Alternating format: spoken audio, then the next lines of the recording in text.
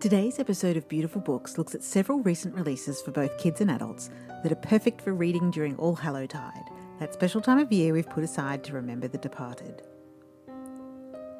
My favourite Halloween kids book for 2019 is the 40th anniversary edition of Bunnicula. It has a blood red fuzzy velveteen cover with glowing orange eyes and bright orange carrot coloured page edges, along with illustrated end papers. It tells the story of a vampire rabbit named Bunnicula who sucks the juice out of vegetables.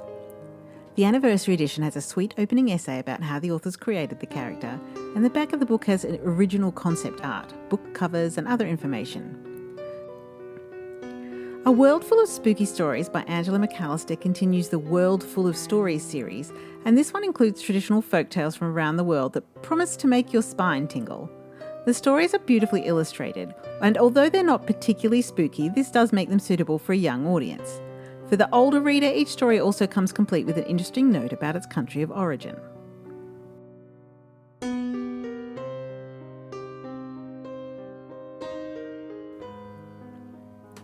For preschoolers, The Halloween Tree by Susan Montanari is a recently released, quite adorable picture book.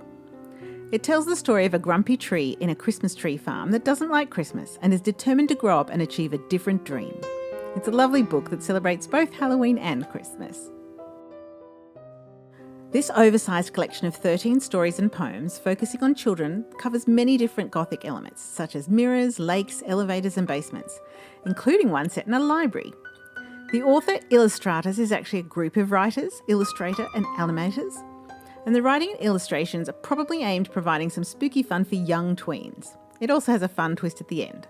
The Odd Sisters is the latest novel by the author of the wildly popular Villain series, and it goes deeper into the lives of the twisted, diabolical Odd Sisters, finally revealing the dark truth about who they are and where they're from.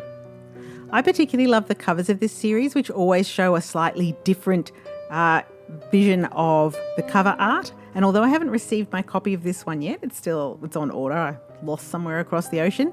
I know that it does have a wizened apple core underneath the cover. For teens looking for a fabulous Halloween-style sleepover, I highly recommend Dangerous Games to Play in the Dark by Lucia Peters. This spine-chilling game guidebook is based on urban legends from around the world, and it creepily blurs the boundaries between fiction and non-fiction. It includes older mysteries, such as summoning Bloody Mary in a mirror, and the light as a feather, stiff as a board levitation game, alongside new games from the internet age, like The Answer Man, a sinister voice that whispers secrets to whoever manages to contact him with the telephone. Pan's Labyrinth, The Labyrinth of the Faun, is a collaboration between Guillermo del Toro and Cornelia Funke. The hidden cover underneath is particularly gorgeous. The book fleshes out that dark fantasy film from 2006 in which a fairy tale clashes with Spanish fascism as an 11-year-old girl escapes from a war through a twisted labyrinth. In addition to the amazing illustrations, it also has some fun short stories to flesh out the fantasy world. Now, on the other hand, if you're looking for a gift for a teen that's not so keen on scaring themselves for Halloween, you should check out the cute graphic novel Pumpkinheads, written by Rainbow Rowell and illustrated by Erin Hicks. This is a sweet coming-of-age story of best friends Deja and Josiah, high school seniors who are finishing up their last ever night working at Denok's world-famous pumpkin patch and autumn jamboree. It's earnest and sweet, and has that sort of feel of a Hallmark or a Disney movie. Now for adults, my favourite Halloween reads are usually from the fantasy genre, and I sometimes do a couple of suspense and mystery as well. My top pick for this year is Gideon the Ninth by Tamsyn Muir. Honestly, the front cover blurb will let you know if this one's for you. It's billed as lesbian necromancers explore a haunted Gothic palace in space. Obviously, it's much more than that. The book tells the story of Gideon Nav, an indentured servant-turned-swordswoman of the Emperor's ninth house, and the aforementioned necromancer Harrowhawk. They have to prove themselves against the other houses by fighting skeleton battles, solving spooky riddles, and engaging in scientific experiments. It sounds like it would have a fairly niche audience, but it's actually a lot of fun even if you're not particularly into the genre. Also, the book design is excellent. First printings have black sprayed page edges and an embossed skull hidden on the boards under the dust jacket.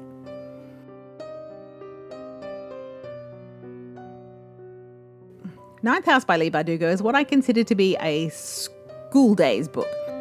It's set at Yale University, and the lead character, Alex Stern, is tasked with monitoring the spooky goings-on of the school's secret societies.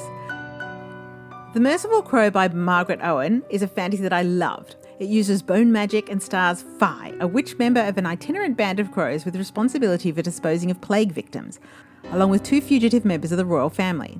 With skin witch trackers and monstrous ghast, this is an excellent read for the spooky season, but I honestly recommend it for any time.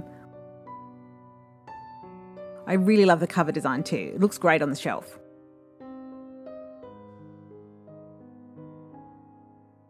Deathless Girls is a gothic and atmospheric feminist retelling about the girls who end up being the brides of Dracula.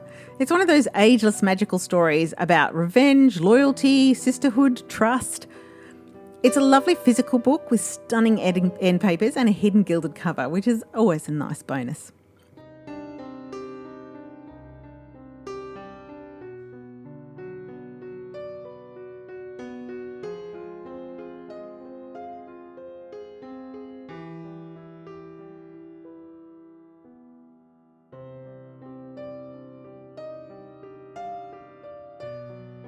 Stephen King's latest paranormal thriller features a couple of kids trying to escape a sinister school for children with paranormal abilities. This is the Waterstones exclusive edition, which features beautiful blue sprayed page edges and really cool decorative end papers.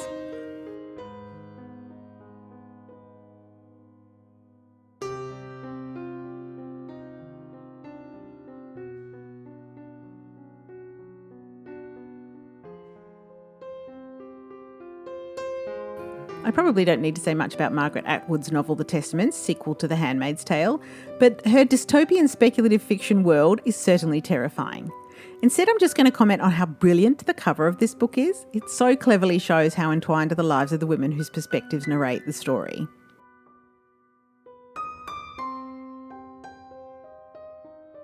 Now, The Chain's a dark psychological thriller that reinvents the chain letter. Imagine that your phone rings. You discover a stranger has kidnapped your child. To free them, you have to abduct someone else's child, and your kid will only be released when your victim's parents kidnap another child.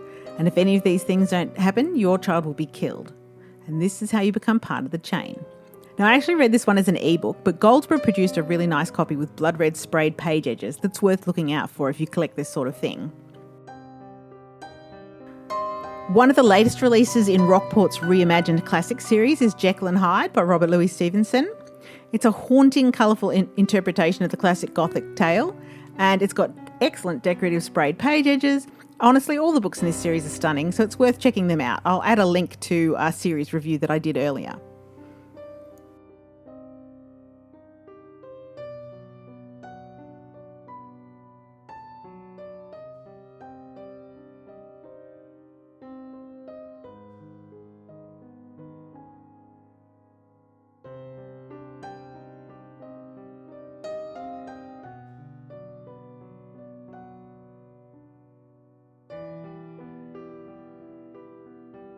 The Turn of the Key by Ruth Ware is actually inspired by The Turn of the Screw, but you don't need to be familiar with the original. A young woman takes a job as a live-in nanny in a gorgeous smart house in the Scottish Highlands, but she quickly realises not everything in her new job is as it seems.